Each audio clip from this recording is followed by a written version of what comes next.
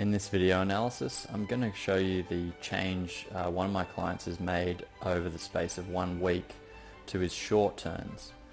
So this guy is training for his level 4 CSIA, and training for the level 4 exam is no joke. It's a serious jump in the ability to manage your skills on skis. You've really got to refine things and show a very, very high level of skiing, as well as a very high level of understanding skiing. So the top video is from him a week ago, and then this is what he sent me this morning. And so what we worked on is mostly to do with his weaker turn, which is in this direction.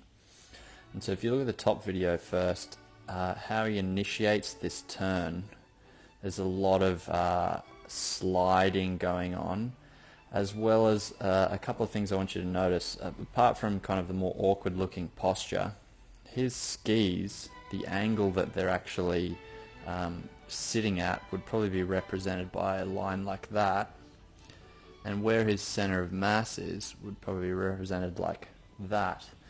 Now if you take this angle right in the middle here, that is greater than a right angle.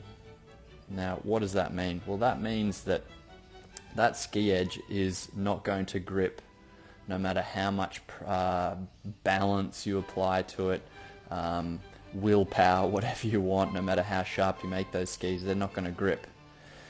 If we look at the change he's made at this part of the turn below, you can see how he's initiated this turn is through rolling his ankles, knees.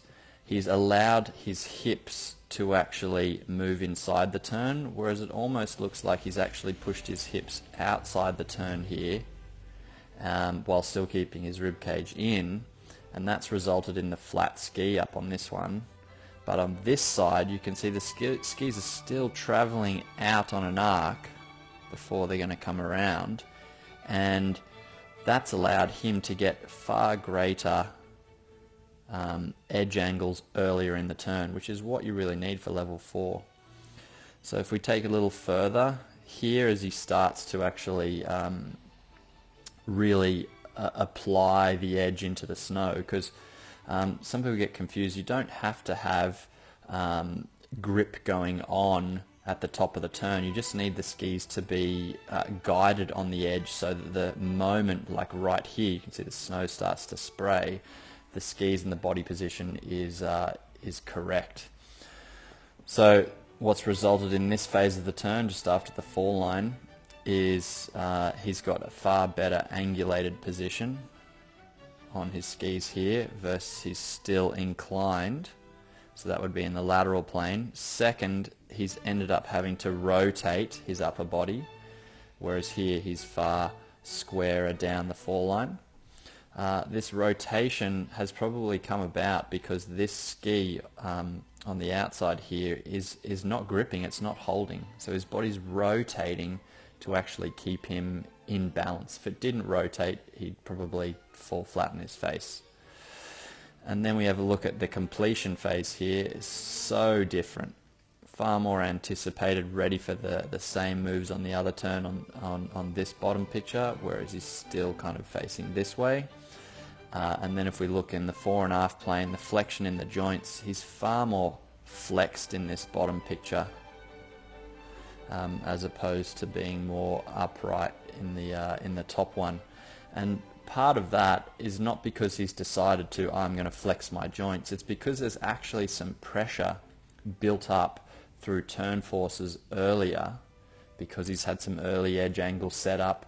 He's positioned his center of mass inside with angulation, so when the ski grips, there's actually a large amount of force built up. Whereas this top one, a lot of the force has been leaked through him trying to catch his balance, and also the ski skidding, and all that energy just goes into the snow spray. So there's no point in him actually needing to really flex through the transition in this top turn, because there's not much force. But you can see even in the bottom one, he kind of gets almost launched through the turn, so he could manage this pressure a little better, but he's forced to flex a lot more through this part of the turn because of the movements he's made.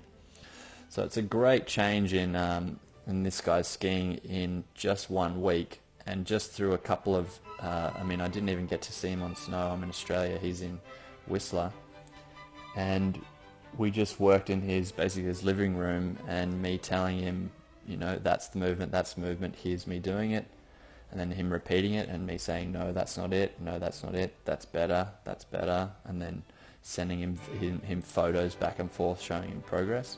And then he just went out in the week and practiced, and kudos to him, because that is a huge change, and I'd say that is looking more like level 4 skiing.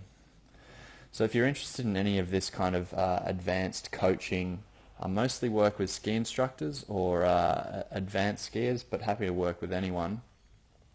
Please contact me at functionalbody.com.au or find me on Facebook under Tom Gellie, and get in touch, because if you feel like you're missing some analysis on your skiing, I'd love to see if what I do can help you out. Thanks for tuning in. Bye.